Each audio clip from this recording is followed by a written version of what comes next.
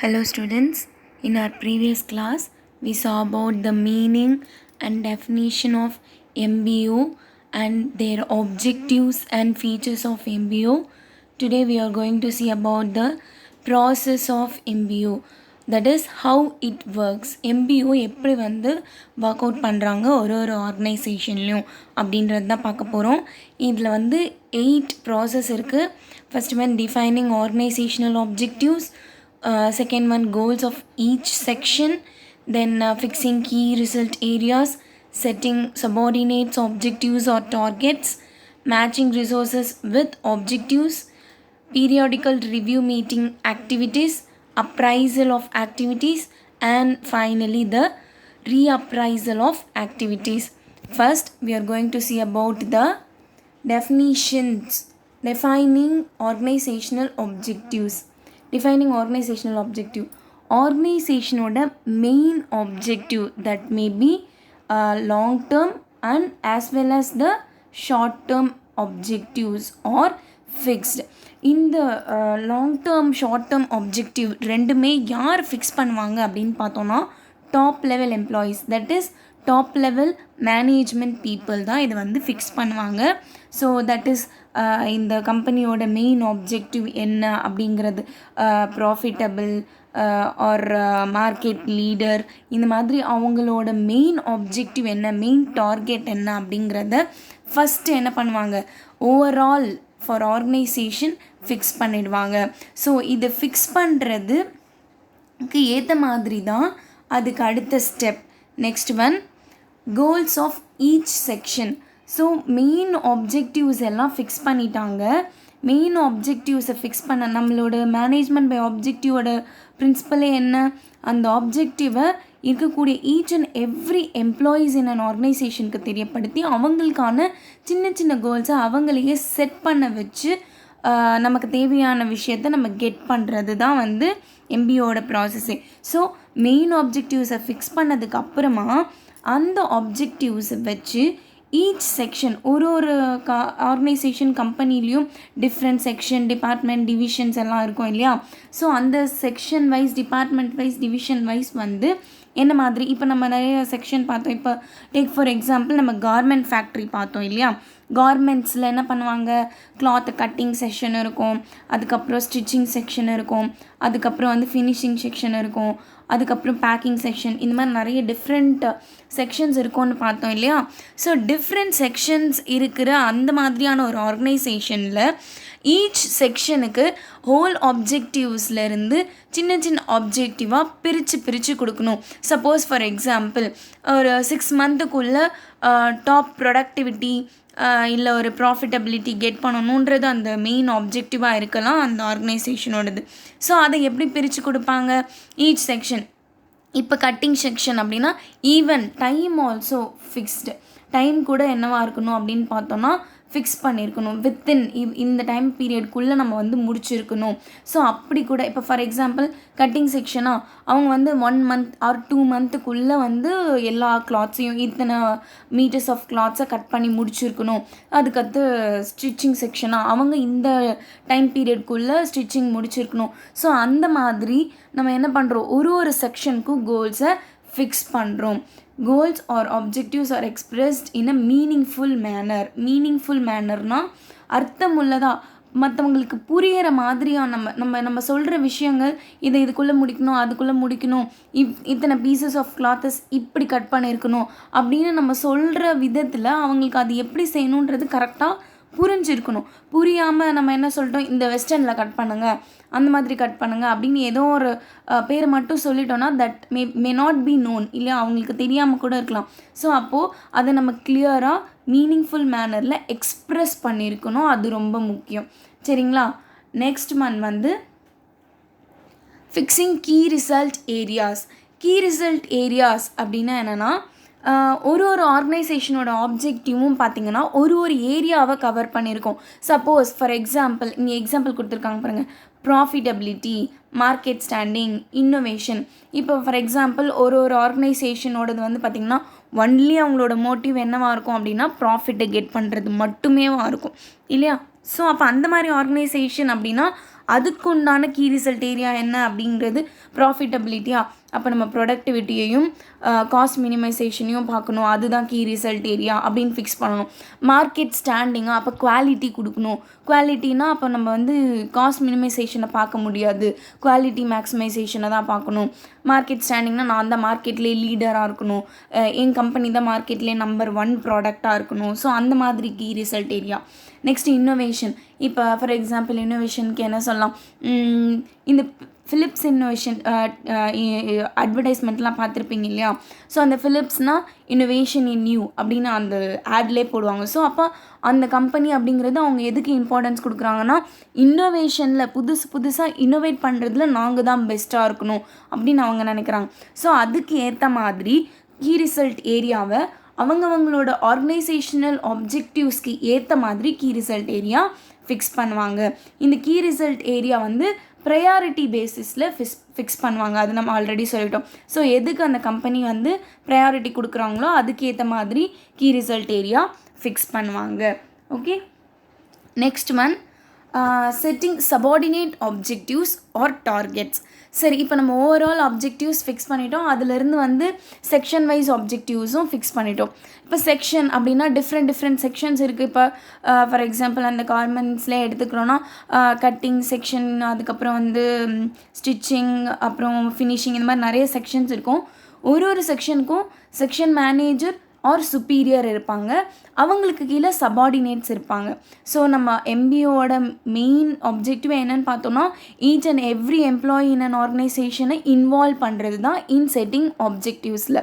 So அந்த மாதிரி பார்க்கும்போது என்ன பண்ணுறாங்க அப்படின்னா, இந்த ஃப்ரீ அண்ட் ஃப்ராங்க் டிஸ்கஷன் யார் கூட நடத்தியிருக்கணும்னா, சுப்பீரியரும் சபார்டினேட்டும் அவங்க செக்ஷனுக்கு என்ன ஆப்ஜெக்டிவ் ஃபிக்ஸ் பண்ணி கொடுத்துருக்காங்களோ. இப்போ டேக் ஃபார் எக்ஸாம்பிள் ஒரு ஸ்டிச்சிங் செக்ஷன் இருக்குன்னா அதில் இருக்கக்கூடிய சுப்பீரியர் அண்ட் சபார்டினேட் 2 பேரும் கலந்து பேசணும். அவங்களுக்கு 2 months டைம் கொடுத்துருக்காங்க, 2 monthsக்குள்ளே இத்தனை பீசஸ் ஆஃப் ஷர்ட்ஸ் வந்து ஸ்டிச் பண்ணி முடிச்சிருக்கணும் அப்படின்னு சொல்லியிருக்காங்கன்னா, அவங்க அதை சின்ன சின்ன ஆப்ஜெக்டிவ்ஸாக பிரிச்சுக்கணும். ஷார்ட் டேர்மாக எப்படி அப்படின்னா 1 வீக்குள்ளே இத்தனை முடிக்கணும், 2 வீக்ஸ்க்குள்ளே இத்தனை முடிக்கணும், நம்ம 1 monthக்குள்ளே இதை முடிக்கணும், அப்புறம் 2 monthsக்குள்ளே இத்தனை முடிச்சிருக்கணும். ஸோ அவங்க சின்னதாக அதை என்ன பண்ணிக்குவாங்க, செட் பண்ணிக்குவாங்க. எப்படி செட் பண்ணுவாங்கன்னா, சபார்டினேட்டே வந்து என்ன பண்ணணும், அவங்களோட ஸ்டாண்டர்ட்ஸை செட் பண்ணணும்.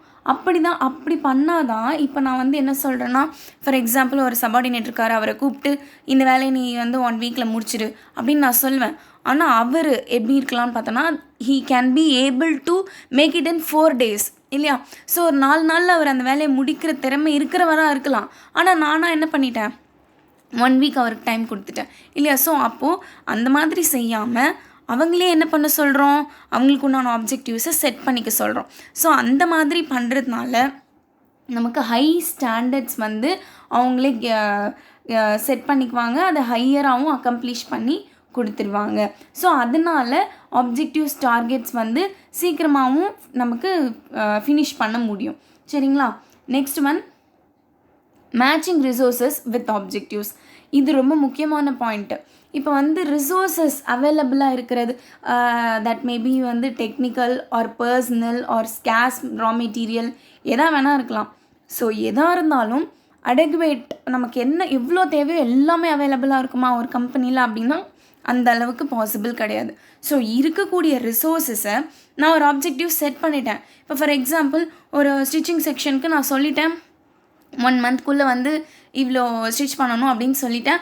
ஆனால் அங்கே இருக்கக்கூடிய சபார்டினேட்ஸு எம்ப்ளாயீஸ் எல்லோரும் சேர்ந்து பார்த்தா கொஞ்சம் பேர் தான் இருக்காங்க. அதே மாதிரி டெக்னிக்கல் ரிசோர்ஸாக ஒரு ஸ்டிச்சிங் மெஷின்ஸாக இருக்கட்டும். ஸோ அந்த மெஷின்ஸும் வந்து அவைலபிலிட்டி கம்மியாக இருக்குது. 2 மெஷினரி ரிப்பேராக இருக்கலாம். ஸோ 2 தையல் மிஷின் வந்து ரிப்பேராக இருக்கலாம், இல்லை 2 பேர் வந்து லீவில் இருக்கலாம், மெடிக்கல் லீவில் இருக்கலாம். ஸோ ஏதாவது ஒரு பிரச்சனை இருக்கலாம். ஸோ அந்த அவைலபிள் ரிசோர்ஸஸை நான் மேட்ச் பண்ணி பார்க்கணும். நான் செட் பண்ணிக்கிற ஆப்ஜெக்டிவ்ஸை அட்டைன் பண்ணுறதுக்குண்டான ரிசோர்ஸஸ் கரெக்டாக என்கிட்ட இருக்காங்களா? ஸோ அப்படியே இருந்தாலும் அதை நான் எப்படி கரெக்டாக என்ன பண்ணணும், அவைலபிள் ரிசோர்ஸஸை ப்ராப்பராக அலோகேட் பண்ணி யூட்டிலைஸ் பண்ணணும். இப்போ நான் ஒருத்தரையே நல்லா வேலை செய்கிறாங்க அப்படின்றதுக்காக அவங்களையே போட்டு ஒர்க் பண்ண சொல்லி டார்ச்சர் பண்ணிகிட்டேவும் இருக்க முடியாது. ஸோ எல்லாருக்கும் கரெக்டாக வந்து நான் ரீசனபிளாக ஒர்க்கை அலோகேட் பண்ணி கொடுக்கணும். சரிங்களா? இது matching resources with objectives. Next one periodical review meetings. Okay, எல்லாத்தையும் பண்ணி முடிச்சிட்டோம். இப்போ என்ன பண்ணணும்? 2 months இருக்குது, லாஸ்ட்டாக பார்த்துக்கலாமா எல்லாம் கரெக்டாக நடந்துச்சான்னு லாஸ்ட்டாக செக் பண்ணலாமா? நோ, அது தப்பு. அப்போ என்ன பண்ணணும்? 2 monthsக்குள்ளே வந்து அந்த during the period of time அந்த ஷார்ட் டேர்ம் கோல் செட் பண்ணியிருக்கோம் இல்லையா, அதுக்குள்ளே அந்த டியூரிங் த பீரியட் ஆஃப் டைம்லேயே வந்து நம்ம என்ன பண்ணணும் அப்படின்னு பார்த்தோன்னா பீரியாடிக்கல் ரிவ்யூ மீட்டிங்ஸை கண்டக்ட் பண்ணணும். சுப்பீரியரும் சபார்டினேட்டும், இது முக்கியமான விஷயம். சுப்பீரியரும் சபார்டினேட்டும் ஒரு செக்ஷனுக்குள்ளே இருக்கக்கூடிய சுப்பீரியர் அண்ட் சபார்டினேட் இவங்க 2 பேரும் சேர்ந்து என்ன பண்ணணும்? பீரியாடிக்கல் ரிவ்யூ மீட்டிங்ஸ் கண்டக்ட் பண்ணணும். அப்பப்போ நம்ம செட் பண்ண கோல்ஸ் படி கரெக்டாக நடந்துட்டுருக்கா, 1 week எவ்வளோ செட் பண்ணோம் அது கரெக்டாக அச்சீவ் பண்ணிட்டோமா, 2 weeksக்குள்ளே எவ்வளோ முடிச்சிருக்கணும்னு நினச்சோம் அதை அச்சீவ் பண்ணிட்டோமா, அதை வந்து செக் பண்ணி மீட்டிங் போட்டு, இல்லை சப்போஸ் அது அச்சீவ் பண்ணலை அப்படின்னா நம்ம எங்கே மிஸ் பண்ணோம், ஸோ அதை வந்து பிக்கப் பண்ணோம். அடுத்த 1 weekக்குள்ளே இதையும் நம்ம வந்து டேக்கிள் பண்ணணும். ஸோ இந்த மாதிரியான விஷயங்களை பற்றி பீரியாடிக்கல் ரிவ்யூ மீட்டிங்ஸ் பேசிக்கிட்டே இருக்கணும். Next one appraisal of activities. இந்த அப்ரைசல் அப்படின்னு பார்த்தோன்னா சுப்பீரியர் சபார்டினேட் அப்ரைசல் அப்படின்னா இப்போது சப்போஸ் நம்ம ஃபிக்ஸ் பண்ணி முடிச்சிருக்கோம், அந்த பீரியட் ஆஃப் டைம் முடிஞ்சிருச்சு. இப்போ 2 மாதம் அப்படின்னு ஃபிக்ஸ் பண்ணோம், அந்த 2 மாதம் முடிஞ்சிருச்சு. ஸோ 2 மாதம் முடிஞ்சிருச்சு அப்படின்னா அப்போ வந்து என்ன பண்ணணும்? சுப்பீரியர் சபார்டினேட் சேர்ந்து பேசணும். என்னென்னு பேசணும்? நம்ம ஃபிக்ஸ் பண்ண ஆப்ஜெக்டிவ்ஸ் வந்து ஃபினிஷ் பண்ணி முடிச்சிருக்கோமா, ஃபினிஷ் பண்ணிட்டோன்னா ஓகே, தட் இஸ் குட்.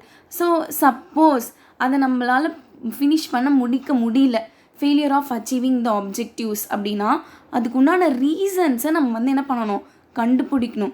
ஏன் நம்மளால் அச்சீவ் பண்ண முடியலை அப்படின்னா, சப்போஸ் நம்ம எல்லாமே கரெக்டாக பிளான் பண்ணியிருக்கலாம், இருக்கிற ரிசோர்ஸஸ் எல்லாமே நம்ம கரெக்டாக பார்த்தோம், அப்பயும் நம்மளால் ஏன் அச்சீவ் பண்ண முடியல அப்படின்னு பார்த்தோன்னா, சப்போஸ் அன்எக்ஸ்பெக்டடாக ஏதாவது நடந்திருக்கலாம்.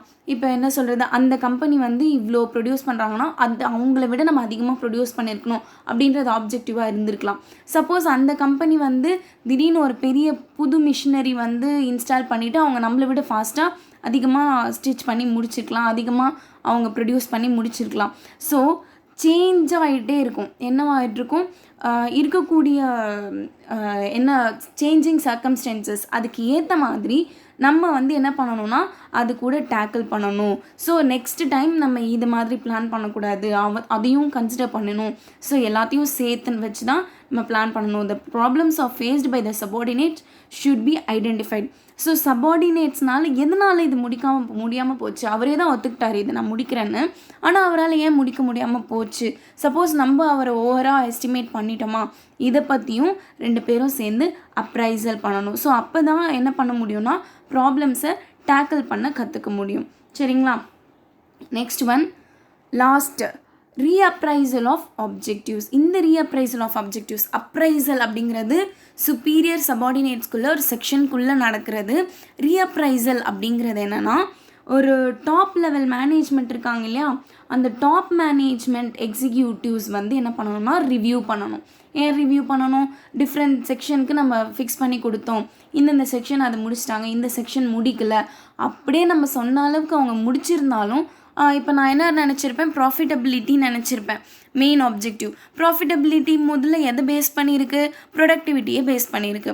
ஸோ நான் அதிகமாக ப்ரொடியூஸ் பண்ணால் அதிகமாக ப்ராஃபிட் கெட் பண்ண முடியும்னு நான் நினச்சேன், அதனால அதிகமாக ப்ரொடியூஸ் பண்ண சொன்னேன். பட் ஆனால் என்ன ஆயிடுச்சு அப்படின்னு பார்த்தோன்னா, மார்க்கெட்டில் என்னோடய ப்ராடக்ட்ஸ் அதிகமாக ப்ரொடியூஸ் பண்ணுறது அந்த ஆப்ஜெக்டிவ் நடந்து முடிஞ்சிருச்சு, அது நான் அச்சீவ் பண்ணிட்டேன். ஆனால் அதுலேருந்து நான் கெட் பண்ணணும்னு நினச்ச ப்ராஃபிட்டபிலிட்டி என்னால் கெட் பண்ண முடியல. தட் மேபி பிகாஸ் ஆஃப் மார்க்கெட்டில் என்னோடய ப்ராடக்ட்டுக்கு உண்டான டிமாண்ட் வந்து குறைஞ்சி போயிருக்கலாம். பிகாஸ் என்னோடய காம்படிட்டிவ் கன்சர்ன் வந்து என்னை விட பெஸ்ட்டாக பண்ணியிருக்கலாம், இல்லை என் ப்ராடக்ட் அவுட்டேட் ஆகிருக்கலாம். ஸோ மார்க்கெட்டில் புதுசாக ஏதாவது கண்டுபிடிச்சிருக்கலாம், இல்லை கன்சியூமரோட நீட்ஸு டிஃப்ரெண்ட்டாக இருக்கலாம். ஸோ அவங்க நீட்ஸ் அண்ட் ப்ரெஃபரன்சஸ் மாறிட்டே இருக்கும் இல்லையா. ஸோ அப்போ அதுக்கு ஏற்ற மாதிரி நான் என்ன பண்ணணும் அப்படின்னா ஃபர்காஸ்ட் பண்ணணும், ஃப்யூச்சரை ஃபர்காஸ்ட் பண்ண கற்றுக்கணும் ஒரு மேனேஜ்மெண்ட், டாப் லெவல் மேனேஜ்மெண்ட்டில் இருக்கிறவங்க. ஸோ இந்த ஆப்ஜெக்டிவ் நம்ம ஃபிக்ஸ் பண்ணோம், இந்த முறை இதை வந்து கரெக்டாக அச்சீவ் பண்ண முடியல. ஸோ நெக்ஸ்ட் டைம் நான் என்ன பண்ணணும், ஃபர்காஸ்ட் பண்ணி பார்க்கணும். ஃப்யூச்சரில் அவங்க இந்த மாதிரி கொண்டு வந்தாங்கன்னா அப்பயும் என் ப்ராடக்ட் விற்குமா அப்படின்றதையும் நான் வந்து திங்க் பண்ணி அதுக்கு ஏற்ற மாதிரி நான் ஆப்ஜெக்டிவ்ஸை ஃப்ரேம் பண்ணணும். மெயின் ஆப்ஜெக்டிவ் ப்ராஃபிட்டபிலிட்டிங்கிறத நான் மாற்ற மாட்டேன். ஆனால் அதுக்கான ஷார்ட் டேர்ம் ஆப்ஜெக்டிவ்ஸ் இருக்கு இல்லையா, நான் ப்ரொடக்டிவிட்டியை வச்சு ப்ராஃபிட்டபிலிட்டி பண்ணணும் அப்படின்னு நினச்சேன் இல்லையா, ஸோ அதை நான் மாற்றுறதுக்கு என்னால் முடியும். ஸோ அப்போது இது ரீஅப்ரைசல் ஆஃப் ஆப்ஜெக்டிவ்ஸ். ஸோ இது மாதிரி தான் எம்பிஓ வந்து ப்ராசஸ் பண்ணுறாங்க. ஸோ 8 விதமான ப்ராசஸ் ஃபாலோ பண்ணுறாங்க எம்பிஓ சிஸ்டமில். Okay, thank you.